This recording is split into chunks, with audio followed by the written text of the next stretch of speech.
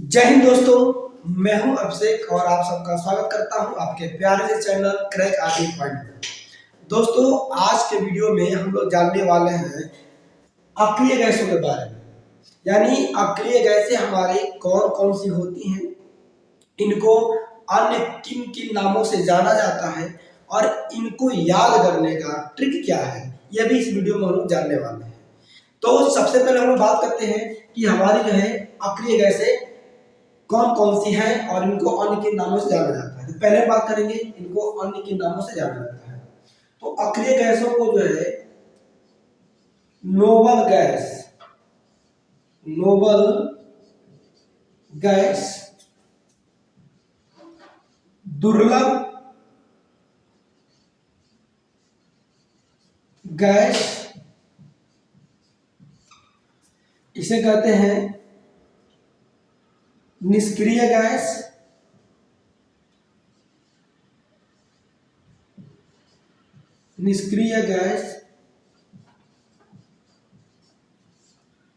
के नाम से जाना जाता है। यानी अक्रिय गैस तो कहते हैं इनर्ट गैस भी कहा जाता है, इन्हें नोबल गैस भी कहा जाता है, दुर्लभ गैस भी कहा जाता है, इन्हें निष्क्रिय गैस भी कहा जाता है और इन्हें अक्रिय गैस भी कहा जाता है। अब इनको कभी कभी जो है इनके नाम के साथ जो है नोबेल तत्व या इसको उत्कृष्ट गैस भी कहा जाता है। इसे कहते हैं उत्कृष्ट गैस, उत्कृष्ट गैस।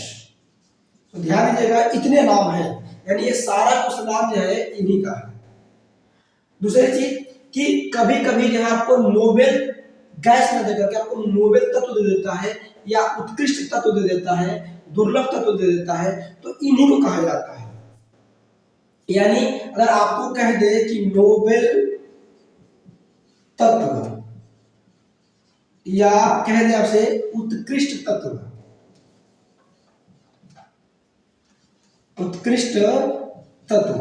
तो इसका मतलब यह है कि हम लोग अक्रिय गैस के बारे में ही जानेंगे। अब इनको उत्कृष्ट गैस या अक्रिय गैस या नोबेल गैस क्यों कहा जाता है, तो उसके पीछे थोड़ी सी लॉजिक है कि ये आवर्त सारणी के वर्ग 18 में पाई जाती हैं और इनके अंतिम कक्षा में 8 इलेक्ट्रॉन होते हैं हीलियम को छोड़कर के, तो इसलिए इनका अष्टक पूरा होता है और ये किसी से अभिक्रिया नहीं करती हैं, इसलिए इन्हें कहा जाता है अक्रिय गैस। तो देखते हैं कौन कौन सी होती है। उससे पहले इनके नाम को हम लोग याद करेंगे ट्रिक के साथ। ट्रिक बहुत ही मजेदार है। आप लोग जितनी भी ट्रिक आज तक पढ़े होंगे उनमें सबसे अच्छा ट्रिक आपको लगेगा इनको याद करने का, इनके नाम को याद करने का ट्रिक आपको लगेगा।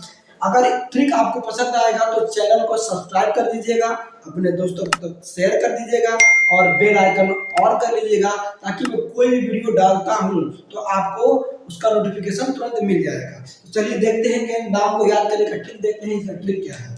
तो बात करेंगे इसका ट्रिक क्या है, तो बहुत ही मजेदार ट्रिक है, सुन के आपको मजा भी आएगा। तो ये है हीना आके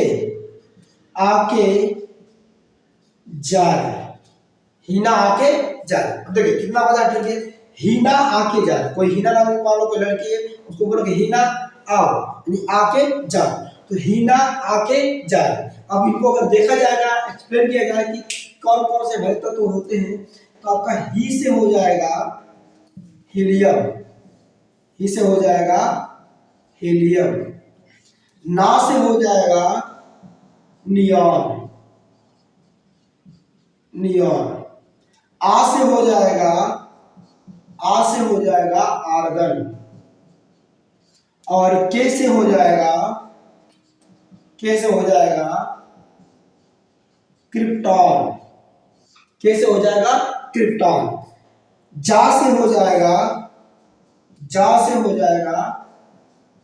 जेनॉन, और रे से हो जाएगा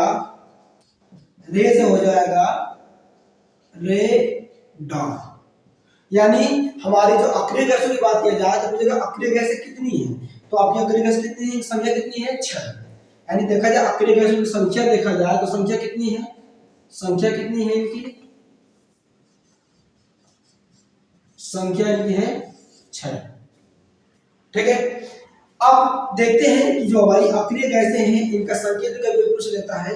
जैसे हीलियम का संकेत होता है H E, नियान का संकेत होता है N E, आर्गन का संकेत होता है A R, और क्रिप्टॉन का संकेत होता है K R, ज़ीनान का संकेत होता है X E, और रेडान का संकेत होता है R N।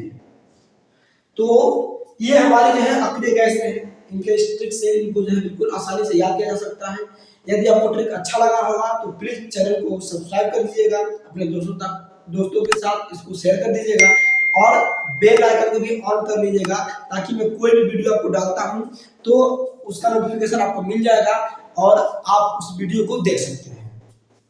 यदि आप जो है किसी भी गवर्नमेंट एग्जाम की तैयारी कर रहे हैं तो वहां पे इनसे बहुत क्वेश्चन पूछे जाते हैं, तो एक एक करके सारे प्रश्नों को हम लोग इस वीडियो में कवर करेंगे।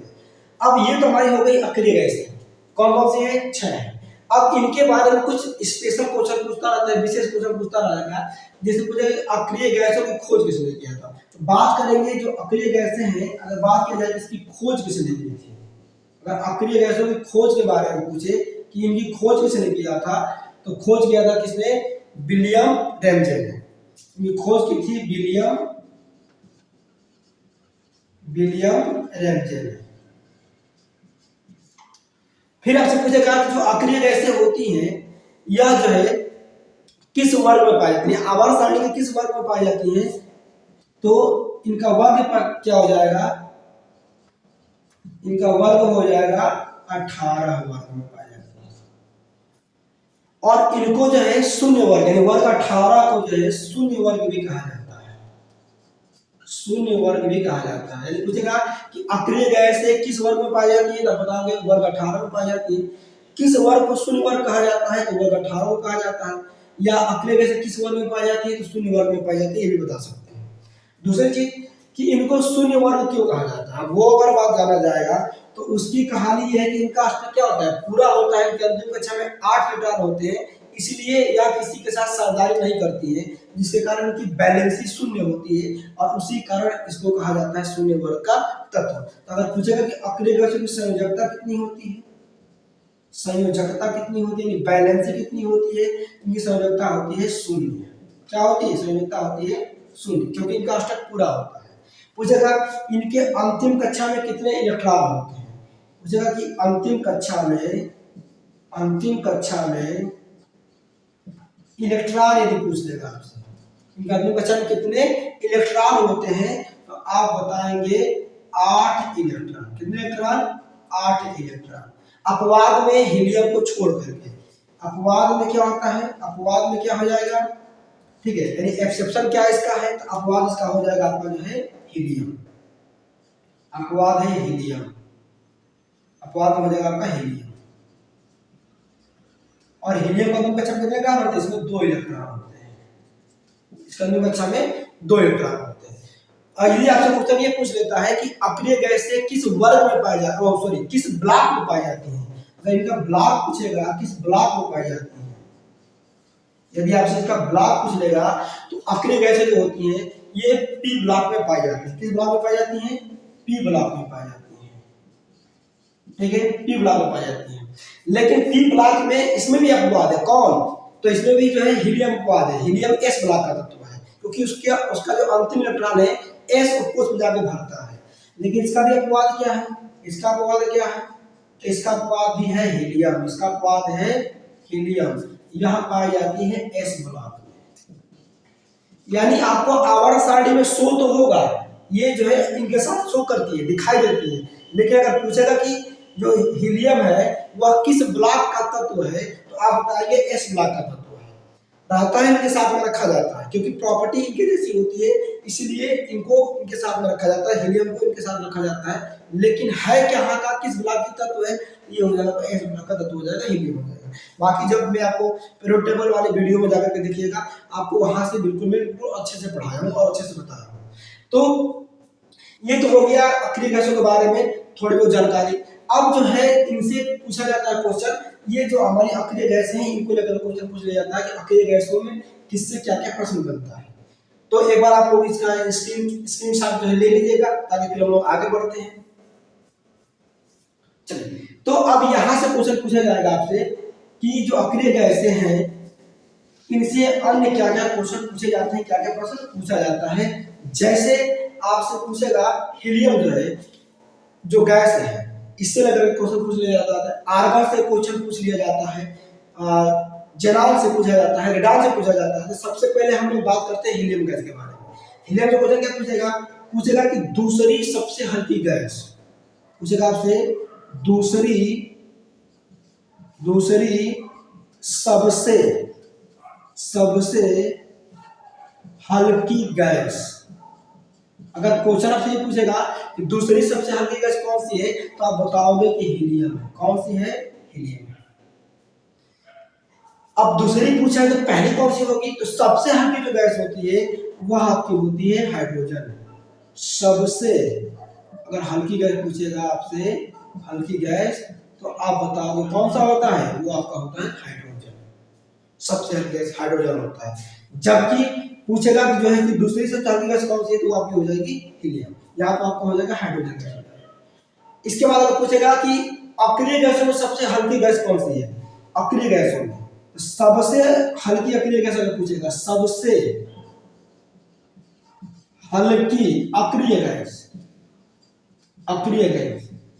तो भी आपका जवाब क्या हो जाएगा, हीलियम। क्योंकि जो हाइड्रोजन है अक्रिय नहीं है। सबसे हल्की गैस पूछेगा तो बताओगे हाइड्रोजन, दूसरी सबसे हल्की गैस पूछेगा तो बताओगे हीलियम। लेकिन यदि आपसे क्वेश्चन पूछेगा कि सबसे हल्की अक्रिय गैस यानी इनर्ट गैस कौन सी है, नोबल गैस कौन सी है, आप बताओगे हीलियम। फिर यहां से क्या पूछेगा क्वेश्चन, तो आपसे क्वेश्चन पूछता है कि इसका उपयोग कहाँ कहाँ किया जाता है, उपयोग से अगर क्वेश्चन पूछा जाता है तो देखिए, जो हीलियम गैस है यह हल्की होने के कारण इसका प्रयोग वायुयान के टायरों में किया जाता है, और जो गुब्बारे होते हैं उनके अंदर किया जाता है। तो वायुयान जो होते हैं, वायुयान के टायरों में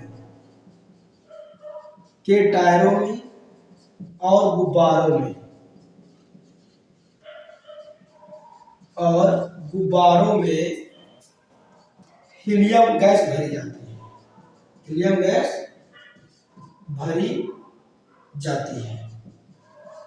यानी आपसे क्वेश्चन पूछ लेगा कि वायुयान के टायर में कौन सी गैस होती है, तो आप बताओगे हीलियम गैस होती है।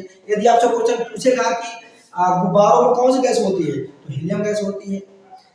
फिर पूछेगा आपसे कि जो गोताखोर जो होते हैं वह ऑक्सीजन का जो सिलेंडर लेकर जाते हैं, जो सांस लेने वाला जो सिलेंडर होता है उसमें किन किन गैसों का मिश्रण लेकर जाते हैं, तो यहाँ भी वो लेके जाते हैं, यानी जो ऑक्सीजन का सिलेंडर होता है, ऑक्सीजन के सिलेंडरों में कौन सी गैस होती है, यहाँ पे आपकी होती है ऑक्सीजन प्लस आपकी होती है हीलियम। ये दो गैसें भरी जाती हैं, ठीक है। अब जो है इनका कभी कभी अनुपात पूछ लेता है कि ऑक्सीजन जो सिलेंडर में जो ऑक्सीजन जो हीलियम गैस भरी जाती है इनका अनुपात क्या होता है, तो इसका उत्तर आप लोग दोगे कमेंट बॉक्स में। बाकी मैं इसका उत्तर बताने वाला हूँ लास्ट में। अभी आप लोग इसका उत्तर करोगे कमेंट बॉक्स में कि इसका उत्तर क्या होगा, किस अनुपात में इन दोनों को भरा जाता है। चलिए आगे देखते हैं। इसे पूछेगा कि कृत्रिम श्वसन में या जो दावा रोगी होते हैं उनको जो है कौन सी गैसों का मिश्रण दिया जाता है, तभी आप बताओगे ऑक्सीजन और हीलियम का मिश्रण दिया जाता है, ठीक है। तो ये तो इतना क्वेश्चन हमारा बन जाता है, किससे, हीलियम गैस से बन जाता है। अब आगे देखते हैं अन्य जो गैसें हैं, जैसे नियॉन के बारे में देखा जाए, आपसे पूछेगा नियॉन के बारे में।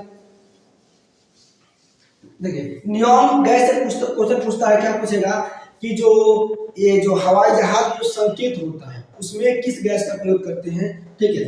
तो हवाई जहाज को संकेत में, हवाई जहाजों के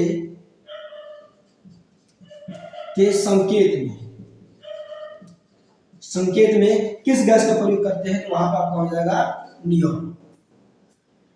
और जो है नियॉन लैंप में, तो नाम से स्पष्ट है नियॉन लैंप में कौन सी गैस होगी, तो नियॉन लैंप में भी कौन सी गैस होगी, नियॉन जो लैंप होता है, नियॉन लैंप, यहाँ पे भी कौन सी हो जाएगी गैस, तो नियानी हो जाएगी, हीलियम नियानी हो जाएगी। कौन हो जाएगी? नियॉन।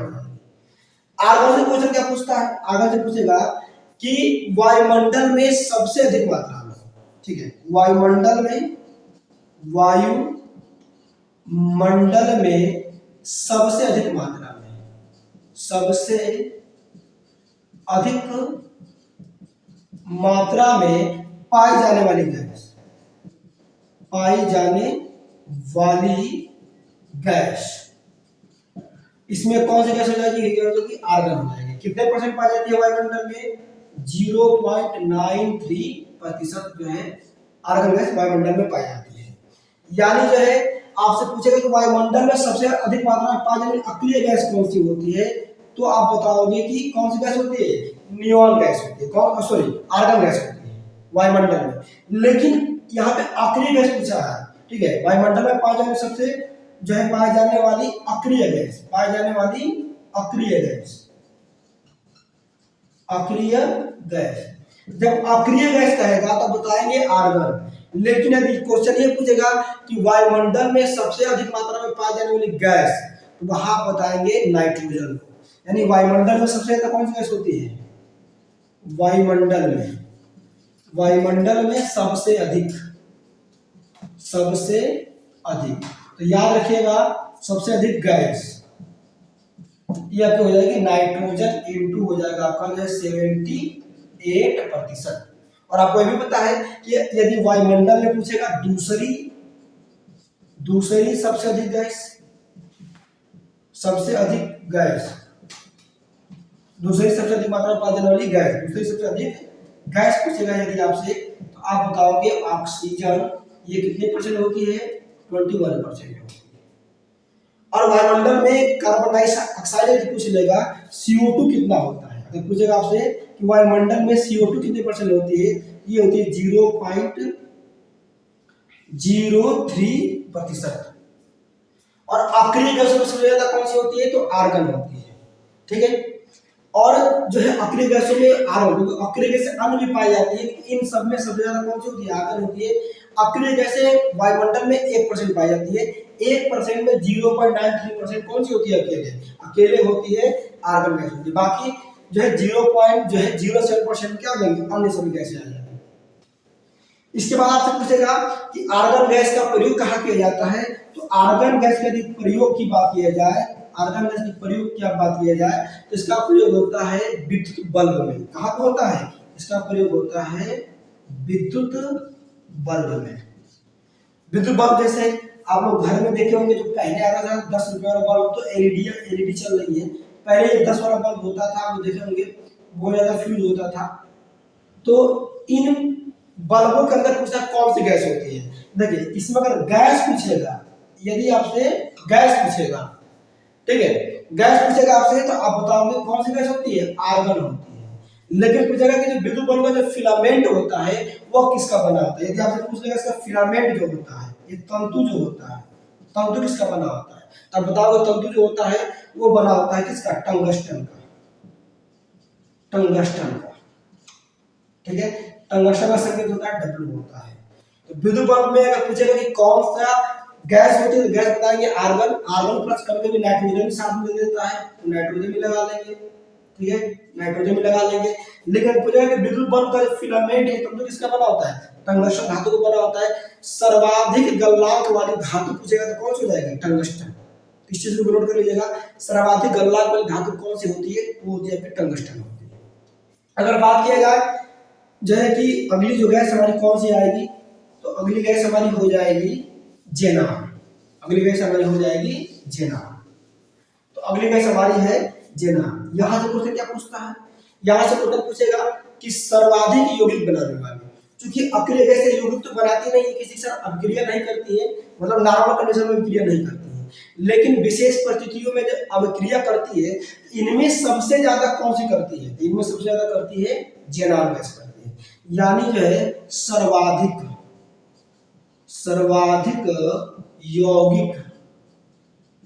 सर्वाधिक यौगिक बनाने वाली अक्रिय गैस, तो ये आपकी हो जाती है जेनान।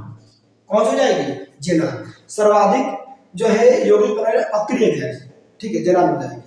लेकिन इसी के साथ इनको कहा जाता है, इसको एक और नाम इसका है, इसी के कारण कहा जाता है इसको ट्रांजिस्टर गैस। ट्रांजिस्टर गैस किसे कहते हैं? ट्रांजिस्टर गैस, ट्रांजिस्टर गैस किसे कहा जाता है? ये भी कहा जाता है जनांक। दूसरे ध्यान देगा, यहां पे पूछेंगे सर्वाधिक यौगिक बनाने वाली अक्रिय गैस, तो आप बताएंगे जनांक। लेकिन अगर पूछेगा सर्वाधिक यौगिक बनाने वाला तत्व, तो कार्बन, ये भी नोट कर लीजिएगा। सर्वाधिक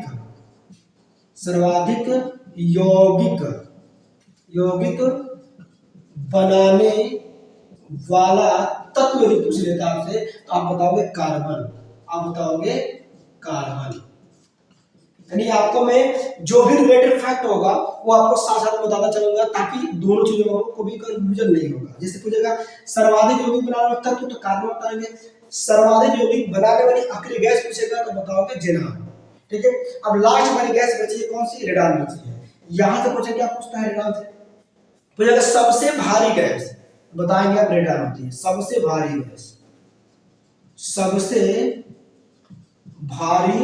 गैस, आप बताओगे रेडान होती है। अभी मैं सबसे हल्की गैस बताया था आपको, कौन सी होती है? बताया था यहाँ पे हाइड्रोजन, सबसे हल्की गैस। लेकिन सबसे भारी गैस पूछेगा कौन सी हो जाएगी? रेडान हो जाएगी। फिर दूसरा आपसे क्या पूछ सकता है यहाँ पे, जो रेडान गैस है, ठीक है, यह कौन सी अक्रिय गैस वायुमंडल में नहीं पाई जाती है? क्योंकि अन्य सभी अक्रिय गैसें वायुमंडल में पाई जाती है, ये भारी होने के कारण वायुमंडल में नहीं पाई जाती है। पूछेगा कि अक्रिय गैस वायुमंडल में नहीं पाई जाती है, कौन सी वाली? कौन सी अक्रिय गैस वायुमंडल में नहीं पाई जाती है? अगर पूछेगा नहीं पाई जाती है तो इसका आंसर हो जाएगा रेडान। क्या हो जाएगा? रेडान हो जाएगा। रेडान जो है वायुमंडल में नहीं पाई जाती है। और एक क्वेश्चन इससे बहुत इंपॉर्टेंट क्वेश्चन बार बार पूछता रहता है, इससे ये क्वेश्चन कई बार पेपर में पूछा गया क्वेश्चन है, ठीक है, जो है कि किस गैस का प्रयोग कैंसर के उपचार में किया जाता है? किस अक्रिय गैस का प्रयोग कैंसर के उपचार में करते हैं? तो रेडान का उपयोग किसमें किया जाता है? इसका उपयोग किसमें होता है? इसका उपयोग होता है कैंसर के उपचार में,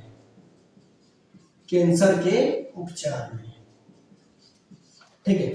यानी कैंसर के उपचार में किस अक्रिय गैस का प्रयोग करते हैं? अगर अक्रिय गैस पूछेगा तो बताओगे कि कौन सी आएगी? रेडान आएगी।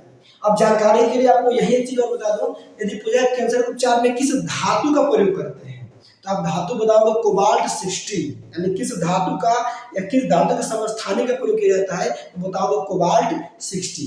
लेकिन यदि आपसे पूछेगा कि किस अक्रिय गैस का प्रयोग करते हैं, तो आप बताओगे जो है रेडान गैस का। और यदि आपसे पूछेगा कि कैंसर के उपचार में किन किरणों का उपयोग किया जाता है, तो आप बताओगे गामा किरण का भी प्रयोग किया जाता है कैंसर के उपचार में। तो गामा किरण पूछेगा कि कौन सी रेडियोएक्टिव किरण होती है, तो गामा किरण बताएंगे।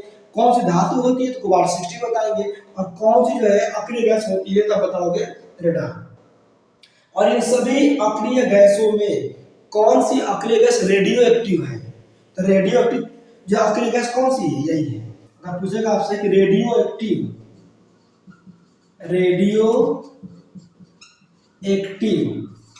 अक्रिय गैस, तो यह आपकी हो जाएगी रेडान, ठीक है। तो इतना क्वेश्चन जो है आज की वीडियो में हम लोग जो है कवर किए हैं। यदि आपको वीडियो पसंद आया होगा तो प्लीज आप चैनल को लाइक कर दीजिएगा, सब्सक्राइब कर दीजिएगा और बेल आइकन ऑन कर लीजिएगा, ताकि मैं कोई भी वीडियो बनाता हूं तो उसका नोटिफिकेशन आपको मिल जाएगा। और बेसिकली एक चीज आपको मैं जानकारी देना चाहता हूं वीडियो के माध्यम से, मैं जो है आर्मी की कोचिंग में पढ़ाता हूं, ऑफलाइन कोचिंग में, यानी जो है मैं आर्मी कोचिंग में पढ़ाता हूं, इसलिए मेरे चैनल का नाम क्या है? Crack army point. हम लोग देखो तो लोगो भी लगा होगा, मैं बोलता भी रहता हूं अपनी वीडियो में कि जो है क्रैक आर्मी पॉइंट में आपका स्वागत है। तो मैं आर्मी के जो है कोचिंगों में पढ़ाता हूं, स्पेशली साइंस मेरा सब्जेक्ट है। तो आपको इस चैनल पर जो है जो भी वीडियो मिलेगा, आप अगर आर्मी के भी बच्चे हैं या अदर किसी भी एग्जाम की तैयारी कर रहे हैं, तो आपके लिए ये बहुत ही हेल्पफुल होने वाला है। तो प्लीज आप जो है हमारे चैनल को सब्सक्राइब कर लीजिएगा, अपने दोस्तों तक शेयर कर दीजिएगा। देखिए वीडियो बनाने में बहुत मेहनत लगता है, आप लोग वीडियो देखते हो, इतना कंटेंट भी आपको अच्छा अच्छा दिया जाता है, फिर भी आप लोग वीडियो को देखते हो और चैनल को सब्सक्राइब नहीं करते हो। यदि आप वीडियो को देख रहे हो तो प्लीज़ वीडियो को सब्सक्राइब कर दीजिएगा, अपने दोस्तों तक शेयर कर दीजिएगा। इसमें आपका लगने वाला कुछ भी नहीं है, लेकिन हमारा कुछ भला हो जाएगा आपकी वजह से। तो प्लीज़ आप लोग जो है हमारे चैनल को प्रमोट कीजिए और अपने दोस्तों तक इसको शेयर कीजिए और हमारे चैनल को सब्सक्राइब कीजिएगा। जय हिंद दोस्तों, मिलते हैं अगले वीडियो में।